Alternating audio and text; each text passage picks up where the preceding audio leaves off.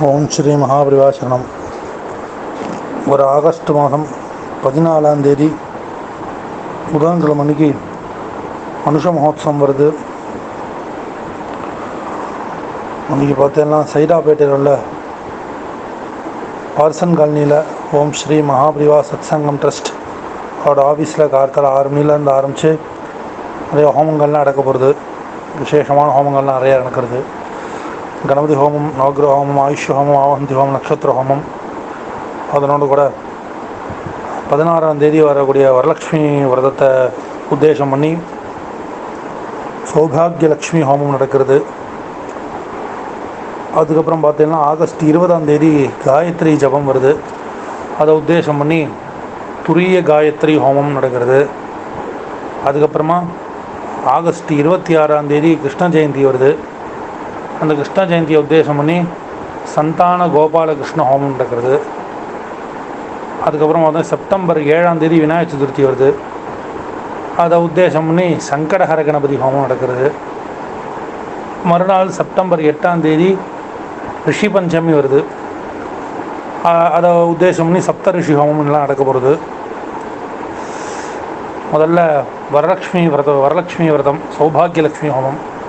சௌபாகியலக்ஷ்மி ஹோமம் எதுக்குன்னு கேட்டேன்னா, நம்ம ஆற்றுல உள்ள எல்லாருக்கும் எல்லா விதம் சௌபாகியம் கிடைக்கணுங்கிறதுக்காக கேட்டேன்னா நம்ம ஆற்றுல உள்ள எல்லாருக்கும் எல்லா விதம் சௌபாகியம் கிடைக்கணுங்கிறதுக்காக சௌபாகியலக்ஷ்மி ஹோமம் நடக்கிறது. அதுக்கப்புறமா காயத்ரி ஜபத்தை உத்தேசம் பண்ணி துரிய காயத்ரியை வேண்டின்றா வேறு எதுவுமே வேண்டாம் அப்படின்னு சொல்கிறா. காயத்ரிக்கு அவ்வளோ பவர். நீங்கள் என்ன தான் மந்திர ஜபம் எடுத்துகிட்டு என்ன ஜபம் பண்ணாலும் காயத்ரி ஜபம் பண்ணாமல் இந்த மந்திர ஜபங்கள்லாம் பண்ணால் அதுக்கான பலன் கிடைக்காது அப்படின்னு பெரியவாலாம் சொல்கிறா.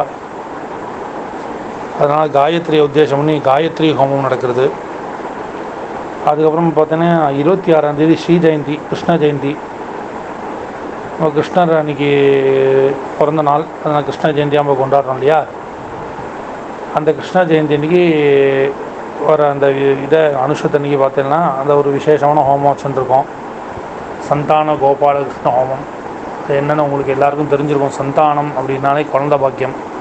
யாருக்கெல்லாம் குழந்த பாக்கியம் இல்லையோ, யாரெல்லாம் குழந்த பாக்கியம் வேணும்னு விருப்பப்படுறாளோ அவள்லாம் இந்த ஹோமத்தை கலந்துட்டா நல்ல குழந்தையாக கிருஷ்ணன் போல் நல்ல குழந்தையாக பிறக்கும். அவளுக்கெல்லாம் சந்தான பிராப்தி கிடைக்கும். அதுக்காக பண்ணக்கூடிய சந்தான கோபாலகிருஷ்ண ஹோமம்.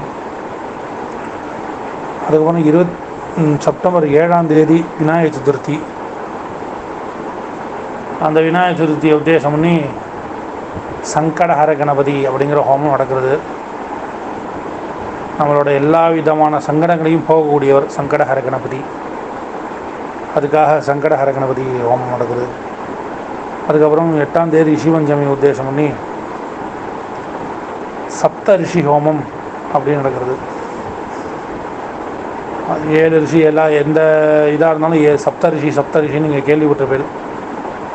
அத்ரி, பிருகு, குத்சர், வசிஷ்டர், கௌதமர், காசியபர், ஆங்கிரசர், அதுபோல் சப்த ரிஷிங்கிற வாய்வா தான். அவர் ஒவ்வொரு ரிஷிகளையும் உத்தேசம் பண்ணி அனுஷத்தனைக்கு சப்த ரிஷி ஹோமங்கிறது நடக்க போகிறது. இதெல்லாம் கலந்துக்கோங்க. நம்பிக்கை தான் முக்கியம். முதல்ல நம்பிக்கையோடு நம்ம பண்ணுற விஷயம் எந்த விஷயமும் வீண் போகாது. கண்டிப்பாக அதுக்கான பலன் கிடைக்கும். இதில் எல்லோரும் கலந்துக்கோங்க. பகவானையும் பெரியவாளையும் பிரார்த்தனை பண்ணிக்கோங்க.